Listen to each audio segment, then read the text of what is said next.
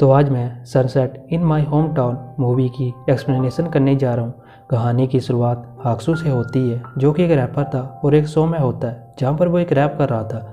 उस शो का नाम द मनी था। हाक्सू इस शो में कई बार आ चुका था, पर हर बार किसी न किसी कारण से वो रिजेक्ट हो जाता। इस वजह से बाहर उसे एक बंदा कहता है कि तुम्हें तो जीतने का नहीं, पार्टिसिपेट करने का अवार्ड मिलना चाहिए। इसके बाद हाक्सू ऑडिशन देता है, जहाँ वो सिलेक्ट हो जाता है। फिर जब वो स्टेज पर जाता है तो उसे जज कहते हैं कि तुम तो पिछली बार अटकने की वजह से रिजेक्ट हो गए थे ना, हर बार गलती क्यों करते हो। हाक्सू कहता है कि इस बार मैं कोई गलती नहीं करूँगा। फिर हाक्सू रैप करता है, उसका रैप बहुत अच्छा था और जज उसे पास कर देते हैं। फिर अगले सीन में देखते हैं कि हाक्सू एक पार्किंग में काम करता है। वो एक लेडी की कार को पार करने जा रहा था। जैसे ही वो टर्न लेता है, उसके सामने एक और कार आ जाती है, जिसे देखकर हाक्सू तुरंत ब्रेक लगाता है। वो दोनों कारें आपस में टकराने से बच जाती हैं। फिर हाक्सू कार से बाहर निकलता है तो देखता है कि सामने वाली कार में उसके दोस्त हैं। वो हाक्सू से पूछते हैं कि तुम यहाँ कैसे। फिर वो एक साथ खाना खाने के लिए जाते हैं। जब वो खाना खा रहे थे तभी हाक्सू को एक फ़ोन आता है। जब हाक्सू उसे आंसर करता है तो उसे बताया जाता है कि तुम्हारे डैड हॉस्पिटल में है। हाक्सू इस बात को इग्नोर कर देता है, जिस पर उसके दोस्त कहते हैं कि तुम्हें अपने डैड के पास जाना चाहिए। अगर तुम नहीं गए तो ये बिल्कुल ऐसा होगा जैसे तुम्हारे डैड तुम्हारी मोम के फ्यूनरल पे नहीं आए थे। ये बात सुनकर हाक्सू अपनी मोम के फ्यूनरल का दिन याद करता है कि कैसे उसके डैड उसकी मोम के फ्यूनरल पर नहीं आए थे। और जब वो उन्हें ढूंढने जाता है तो वो उन्हें एक लेडी के घर पर मिलते हैं। ये सब याद करके हाक्सू उस रेस्टोरेंट से चला जाता है। घर आकर वो रैप की प्रैक्टिस करता है। फिर वो अगले दिन के मुकाबले के बारे में सोचता है। अगले दिन जब मुकाबला होता है तो हाक्सू नोटिस करता है कि उसके पीछे दीवार पर मोम लिखा है, जिसे देखकर वो इमोशनल हो जाता है और रैप नहीं कर पाता, जिससे वो मुकाबला हार जाता है। अगले सीन में देखते हैं कि हाक्सू अपने दोस्तों के साथ बैठा है। उसके दोस्त उससे पूछते हैं कि तुम्हें क्या हुआ था। हाक्सू कहता है कि हर साल ये कंपटीशन होता है, मैं अगले साल फिर से कोशिश करूँगा। फिर वह अपने दोस्त से उसकी कार मांगता है। उसका दोस्त कहता है कि तुम्हें यह क्यों चाहिए। हाक्सू कहता है कि मुझे अपने होम टाउन जाना है। फिर वो अपने होम टाउन के लिए निकल जाता है। इसके बाद उसे हॉस्पिटल में देखते हैं, जहाँ वो अपने डैड से मिलने जाता है। उसके डैड कहते हैं कि आखिरकार तुम आ ही गए, तुमने अपने मोम के लिए घर छोड़ा था ना। हाक्सू कहता है कि मुझे बताया गया था कि आप बहुत बीमार हो। हाक्सू के फादर कहते हैं कि मुझे मरने में अभी थोड़ा समय है। फिर वो उससे कहते हैं कि तुमने अपनी क्लासमेट को पहचाना। तभी वो देखता है कि उसकी क्लास की एक लड़की वहाँ बैठी है, जिसका नाम सुनमी था, जिसे देखकर उसे अपनी पास्ट की बात याद आती है कि स्कूल के दिनों में जिस लड़की से वो प्यार करता था, जब वो उसे प्रपोज करने के लिए जाता है तो वो गलती से सुनमी को प्रपोज कर देता है। फिर वो सुनमी से कहता है कि तुम्हें देखकर बहुत खुशी हुई। सुनमी कहती है कि मैं तो तुम्हें पहचान ही नहीं पाई। फिर सुनमी और हाक्सू बाहर बैठे थे, जहाँ सुनमी कहती है कि मुझे लगा था तुम एक राइटर बनोगे, पर तुम एक रैपर बन गए। फिर वो कहती है कि जब तुमने स्कूल में राइटिंग कंपटीशन जीता था तो स्कूल वालों ने तुम्हारे नाम का एक बड़े सा बैनर लगाया था। हाक्सू कहता है कि मुझे याद नहीं। फिर सुनमी कहती है कि जब हम एक ट्रिप पर गए थे तो तुमने वहाँ पर एक गाना गाया था। हाक्सू कहता है कि तुम भी वहाँ पर थी। तभी वहाँ हाक्सू के दोस्त आ जाते हैं, जो उसके डैड से मिलने के लिए आए थे। हाक्सू के डैड खाना खा रहे थे। तभी वहाँ डॉक्टर आ जाते हैं, जो उनसे कहते हैं कि आपको इतना नहीं खाना चाहिए। इस पर हाक्सू अपने डैड से लड़ाई करने लगता है। तभी वहाँ जुंग आ जाते हैं, जो हाक्सू के डैड के दोस्त थे। वो हाक्सू को मारते हैं। हाक्सू कहता है कि आप अभी भी इनके साथ हो, जिस पर जुंग कहते हैं कि हम पार्टनर हैं। फिर हाक्सू सुनमी से कहता है कि मुझे यहाँ तब बुलाना जब यह अपनी आखिरी सांस ले रहे हों। ये कहकर हाक्सू वहाँ से चला जाता है। हाक्सू की बातें सुनकर उसके डैड की तबीयत खराब होने लगती है। वहाँ खड़े लोग उन्हें बेड पर लेटाते हैं। फिर हाक्सू और उसके दोस्तों को एक शॉप के बाहर बैठा देखते हैं, जहाँ हाक्सू के दोस्त उसे समझा रहे थे। तभी उस शॉप की ओनर हाक्सू को देखकर पुलिस को फ़ोन कर देती है। उसे लग रहा था कि हाक्सू एक क्रिमिनल है। फिर पुलिस वहां आकर हाक्सू को जान के लिए अरेस्ट कर लेती है। फिर हाक्सू को पुलिस स्टेशन में देखते हैं, जहां पुलिस वाले उससे पूछते हैं कि तुम क्या करते हो। हाक्सू कहता है कि मैं एक रैपर हूँ। तभी वहाँ एक हाई रैंक वाला बंदा आता है, जिसे देखकर हाक्सू फिर से पास्ट में चला जाता है, जहाँ स्कूल में एक लड़के को वॉलंटियर टीचर बनाया गया था। वे स्कूल टीचर उसे सबसे मिलवाते हैं, जहाँ वो उसे बताते हैं कि हाक्सू ने इस साल नेशनल पोइट्री कंपटीशन जीता है, और कहते हैं कि अभी आपको लिटरेचर पढ़ाएंगे। और जब वो क्लास में पढ़ा रहे थे तो हाक्सू कुछ लिख रहा था। वो टीचर को देखकर उसे छुपा लेता है, पर वो उसे देख लेते हैं। उस टीचर का नाम बैन था। जब हाक्सू क्लास में नहीं होता तो बैन हाक्सू की उसी बुक को चुरा लेते हैं। हाक्सू जब वापस आता है तो वो अपनी बुक को ढूंढने लगता है, पर उसे कहीं नहीं मिलती। फिर को एक दिन हाक्सू को एक मैगजीन में बहन की फ़ोटो छपी दिखती है। जब वो उस फोटो को देखता है तो उसके नीचे हाक्सू की लिखी पोएट्री थी, जिसे देखकर हाक्सू समझ जाता है कि उस बुक को बहन ने ही चुराया है। फिर कहानी प्रेजेंट में आ जाती है, जहाँ हाक्सू और बहन एक दूसरे को देखकर हंसने लगते हैं। फिर हाक्सू को पुलिस वाले छोड़ देते हैं। इसके बाद वो अपने घर आ जाता है, जहाँ वो नोटिस करता है कि घर के अंदर कोई है। अचानक अंदर से जुंग निकलते हैं। हाक्सू उनसे पूछता है कि आप यहाँ पर क्या कर रहे हो। जुंग कहते हैं कि मैं तुम्हारे डैड के कपड़े लेने आया हूँ। हाक्सू कहता है कि तुम मेरे डैड के कोई पार्टनर नहीं हो, तुम बस उनके एक नौकर हो। यह सुनकर जुंग कहता है कि तुम्हें क्या पता ये क्यों हो रहा है, उनका बेटा तो उन्हें छोड़कर भाग गया, कम से कम मैं तो उनका ख्याल रख रहा हूँ। फिर वो उसे बैग देकर हॉस्पिटल जाने को कहते हैं। फिर हाक्सू हॉस्पिटल पहुंचता है, जहाँ सनमी उसे देखकर कहती है कि अब तुम शहर नहीं छोड़ सकते। हाक्सू कहता है कि ये तुम्हें कैसे पता। सुनमी कहती है कि ये बहुत छोटा टाउन है, यहाँ हर बात बहुत जल्दी फैल जाती है। फिर हाक्सू कहता है कि तुम हमेशा क्या लिखती रहती हो। सुनमी कहती है कि ये एक नोवेल है। फिर हाक्सू अपने डैड के रूम में जाता है, जहाँ वो देखता है कि सभी कार्ड्स खेल रहे हैं। हाक्सू पूछता है कि तुम सब क्या कर रहे हो। हाक्सू के एक फ्रेंड कहता है कि कार्ड्स खेलना फिजिकल एक्सरसाइज से अच्छा होता है। फिर हाक्सू बैग देता है और कहता है कि ये आपके नौकर ने दिया है। फिर हाक्सू वहीं पर सो जाता है।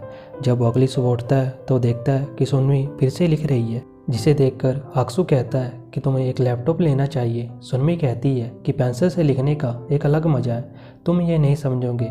तभी हॉस्पिटल में मी आती है, जिसे देखकर हाक्सू पास्ट में चला जाता है। मी हाक्सू का पहला प्यार था।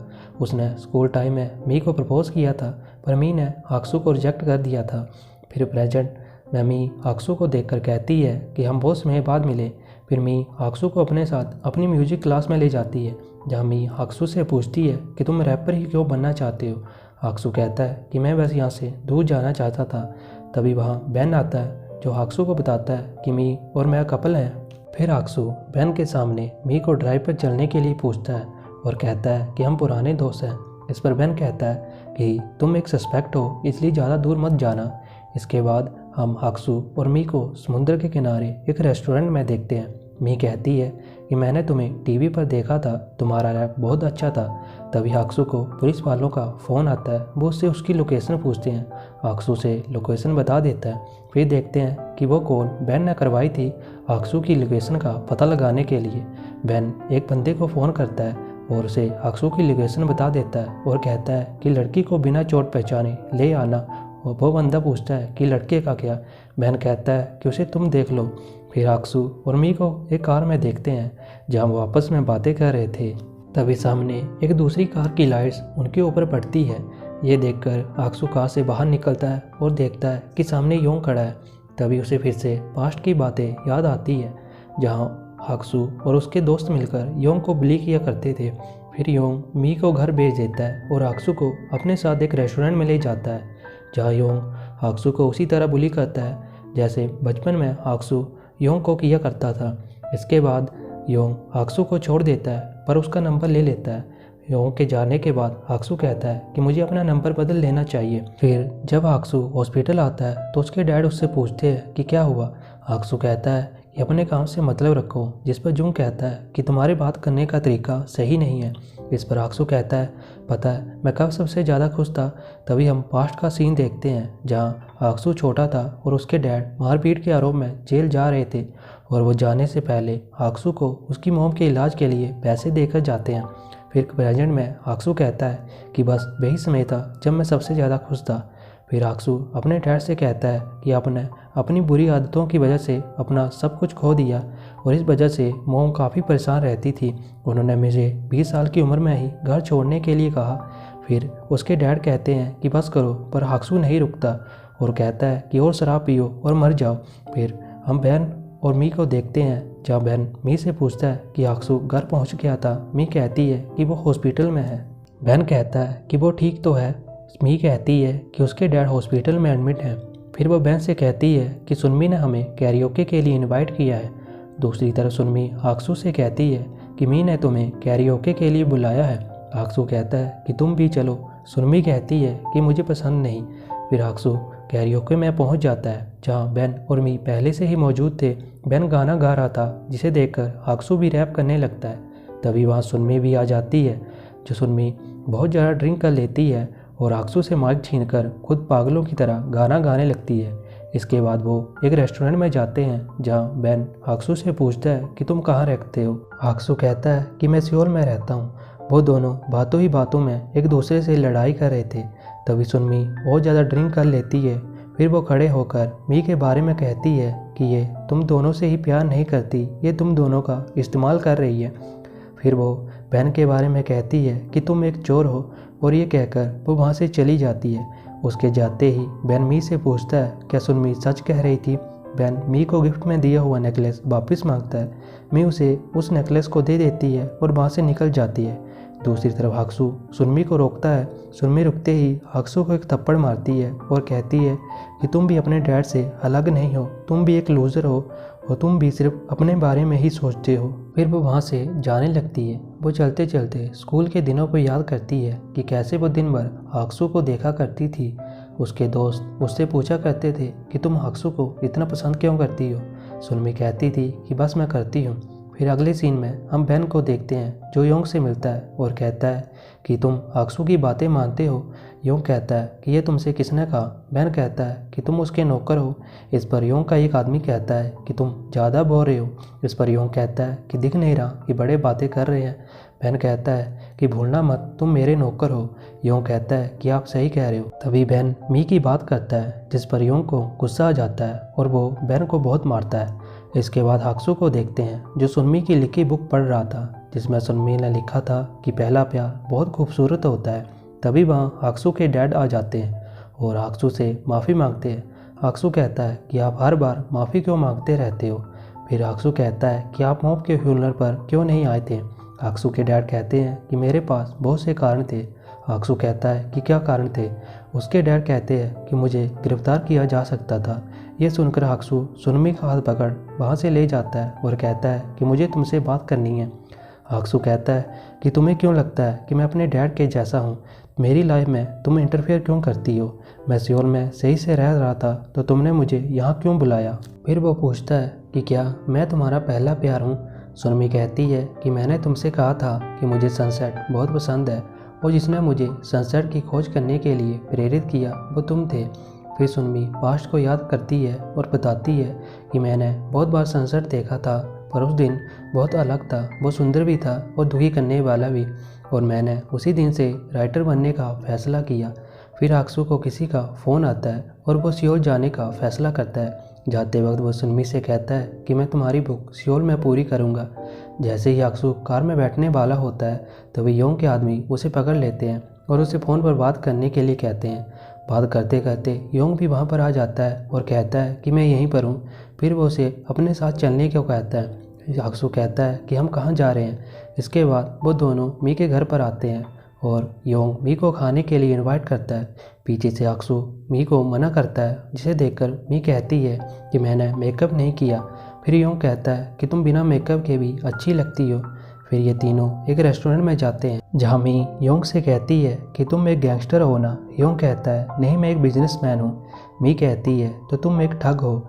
फिर वो मी को घर छोड़ने के लिए जाते हैं जहाँ योंग मी के साथ उसके घर में चला जाता है। बाहर से उन्हें हाक्सू देख रहा था। इसके बाद मी और योंग एक दूसरे को डेट करने लगते हैं और योंग हाक्सू को एक नौकर की तरह इस्तेमाल करता है। वो उससे अपने और मी के सभी काम करवा रहा था। इसके बाद हाक्सू जब हॉस्पिटल आता है तो सुनमी उससे कहती है कि तुम योंग के ड्राइवर हो ना। हाक्सू कहता है यह शहर सच में बहुत छोटा है। तभी हाक्सू कहता है कि क्या मेरे डैड इसके बारे में जानते हैं। सुनमी कहती है कि वो बहुत जल्द मरने वाले हैं। हाक्सू कहता है कि तुम क्या कह रही हो, डॉक्टर ने कहा था कि अभी उनके पास वक्त है। सुनमी कहती है कि आखिर तुम कब तक अपने आप से झूठ बोलोगे। फिर अगले दिन देखते हैं कि रिपोर्टर सुनमी का इंटरव्यू लेने के लिए आए थे। सुनमी की लिखी बुक लोगों को काफ़ी पसंद आ रही थी। तभी हाक्सू ये सब देख वहाँ खड़ी एक लड़की से पूछता है कि यहाँ पर क्या हो रहा है। वो लड़की कहती है कि सुनमी की लिखी बुक लोगों को काफ़ी पसंद आ रही है। तभी हाक्सू वहाँ से जाने लगता है। तभी वो अपने डैड को गैम्बलिंग करते देखता है। इसे देखकर वो अपने डैड को वहाँ से चलने के लिए कहता है पर वो मना कर देते हैं, जिस वजह से उन दोनों के बीच लड़ाई हो जाती है। जहाँ हाक्सू के डैड कह रहे थे कि तुम एक ठग से तो डरते हो पर अपने डैड से नहीं। हाक्सू गुस्से में अपने डैड पर हाथ उठा देता है। फिर हाक्सू योंग को फ़ोन करता है और उसे एक जगह पर बुलाता है। तभी हाक्सू की कार में सुनमी बैठ जाती है। फिर वो एक जगह पर जाते हैं जहाँ योंग भी पहुँच जाता है, जिससे हाक्सू कहता है कि आज हेड टू हेड हो जाए कि कौन बेहतर है। इसके बाद योंग और हाक्सू पागलों की तरह फाइट करते हैं। यह सब वीडियो कॉल पर हाक्सू के डैड देख रहे थे। तभी वहाँ उनके दोस्त भी आ जाते हैं जो उन्हें चीयर करने लगते हैं। फिर दोनों खाना खाने के लिए ब्रेक लेते हैं। खाना खाने के बाद वो फिर से लड़ने लगते हैं और काफ़ी देर तक लड़ने के बाद ये लड़ाई बराबरी पर ख़त्म हो जाती है। फिर वो सभी एक साथ बैठे थे जहाँ सुनमी हाक्सू को माफ़ी मांगने के लिए कहती है। हाक्सू योंग से बचपन में बुली करने के लिए माफ़ी मांगता है। फिर मी भी योंग को माफ़ी मांगने के लिए कहती है, पर योंग माफ़ी मांगने से मना कर देता है। फिर वो सभी एक साथ मिलकर काफ़ी एंजॉय करते हैं। फिर हाक्सू और सुनमी को एक साथ बैठे देखते हैं जहाँ सुनमी हाक्सू को एक बुक देती है जिस पर लिखा था रैप इज़ माई लाइफ। ये वही बुक थी जिसे बहन ने चुरा लिया था। हाक्सू पूछता है कि ये तुम्हारे पास कैसे। सुनमी कहती है कि मैंने इसे मी की मदद से ढूंढ लिया। फिर वो दोनों हॉस्पिटल जाते हैं जहाँ सुनमी हाक्सू को किस करने की कोशिश करती है, पर तभी सुनमी के डैड उन दोनों को देखकर अपनी चेयर से खड़े हो जाते हैं, जिसे देखकर वो सभी खुश हो गए थे। पर तभी हाक्सू के डैड नीचे गिर जाते हैं। जब हाक्सू उनके पास जाता है तो वो देखता है कि उसके डैड अब मर चुके हैं। फिर हाक्सू के डैड का फ्यूनरल दिखाया जाता है जहाँ जुंग उनके डैड के बचे हुए पैसे और एक चेन देता है। फिर हाक्सू को द मनी के शो में देखते हैं जहाँ पर वो बहुत अच्छा रैप करता है, पर हमें दिखाया नहीं जाता कि वो जीता या नहीं। फिर सुनमी और हाक्सू को एक साथ बैठे देखते हैं। वो दोनों सनसेट देख रहे थे और यहाँ पर ये मूवी ख़त्म होती है। ये एक कोरियन मूवी थी जो साल 2018 में आई थी और इसकी IMDb रेटिंग 6.6 है। Thanks for watching. Please like, share and subscribe to my channel.